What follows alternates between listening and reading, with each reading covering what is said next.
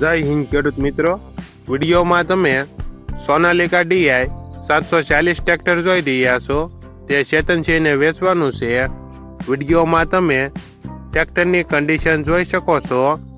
Original company colour, company fitting engine, gear hydraulic complete, tyre 80% નવા, સારી કન્ડિશનમાં, hydraulic powerful, 42 horse power, model 2011, passing ચાલુ, 2 honour, કિંમત 2,10,000.